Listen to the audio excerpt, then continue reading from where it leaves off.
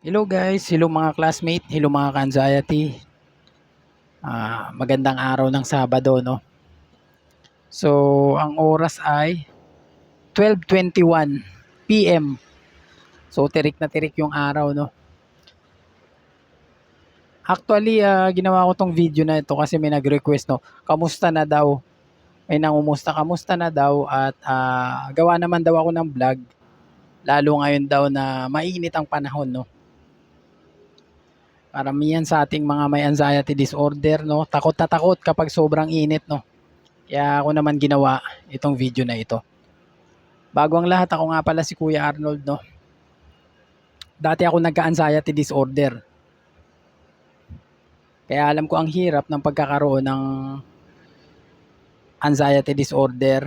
Alam ko ang pinagdaanan, minsan din akong pinadapa ng anxiety disorder na ito. At halos na yata lahat ng sintomas, lahat ng pangit na pakiramdam ay ipina-experience sa akin ng anxiety disorder, no? So back to topic tayo, may kwento ko lang, no? Yung karanasan ko dati nung kalakasan ng aking anxiety disorder, no. Alam nyo, dati ganito, tirik na tirik din yung araw, no.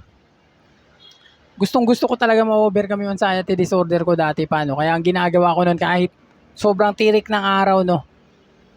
Nagbibisikleta pa rin ako sa EDSA pa yun, EDSA. Galing pa ako QC, papunta ako ng Paranaque, pauwi ako ng Paranaque, no. Papunta at pabalik, binibisikleta ko yun, no. Kahit sobrang tirik ng araw. Naalala ko nun sa EDSA, no? Sa EDSA, pabalik na ako. Mga bandang ano na yun, kahabaan ng Buendia tsaka papuntang Ayala sa EDSA. So, napakatataas ng mga pader doon, no? Tirik na tirik yung araw. Nakaramdam ako bigla ng ano, no, ng parang anipis-nipis ng hangin, sobrang init, no? Kahabaan ng ano yun, ng Buendia papuntang Ayala. So, wala ka talaga may masilungan na ano nun. Wala ka talaga masilungan na malilim, no? Kasi ang tataas ng pader, no?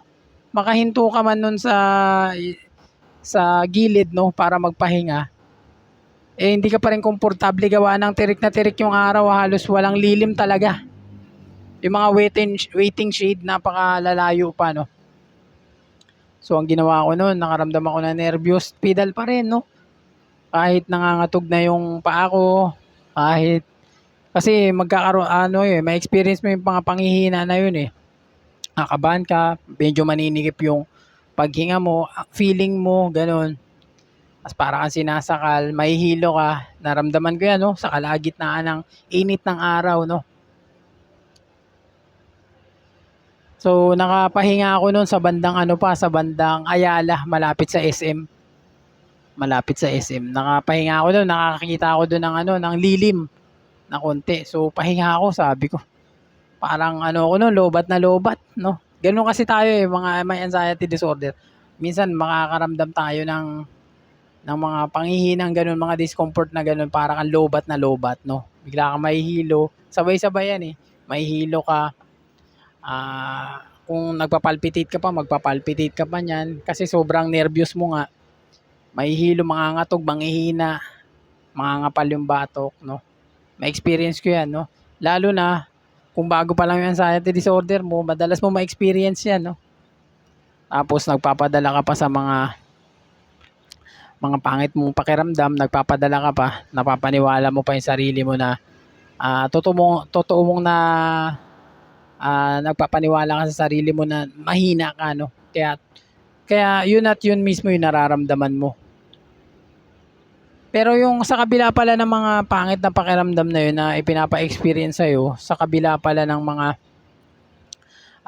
paghihirap mo sa anxiety disorder, dun ka rin matututo, no? Yung mga hirap mo na mga nararamdaman na mga sintomas, matututunan mo rin pala sa takdang panahon talaga. Kung araw-araw mo siyang sinasalubong, matututunan mo siyang baliwalain, tapos unti-unti na siyang mawawala, no? Pati yung mga hilo na yan, kaya na-experience ko mismo, kaya naibahagi ko sa inyo, no? Kapag nagpadala kayo dun sa may nervyos, no? Kapag nakaramdam kayo ng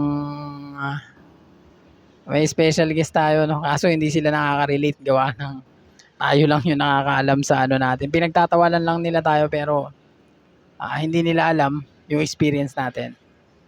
By the way, itsipera lang natin, no. Yung mga ano, pangit na pakiramdam kapag sinabayan mo ng nervyos, no, unti-unti dumodoble 'yan. Yung mga pangit na pakiramdam dumodoble, lalong sumasama kapag pinaniwala mo yung sarili mo na gano'n yung nararamdaman mo. Lalong sumasama yung pakiramdam mo, dumodoble. Tulad ngayon na tirik yung araw. Tirik na tirik yung araw, naka-duty tayo, no. Ayan, mga gwapo kong kasama na 'yan. Mga gwapo, no. Shoutout mga pogi. Tulad ngayon, sobrang tirik ng araw, baliwala lang sa atin 'yan. 'Yun ang importante, no. Sa lahat ng oras, kailangan mo lang tapangan, na-distract yung pagbablog natin, no. By the way, continue natin.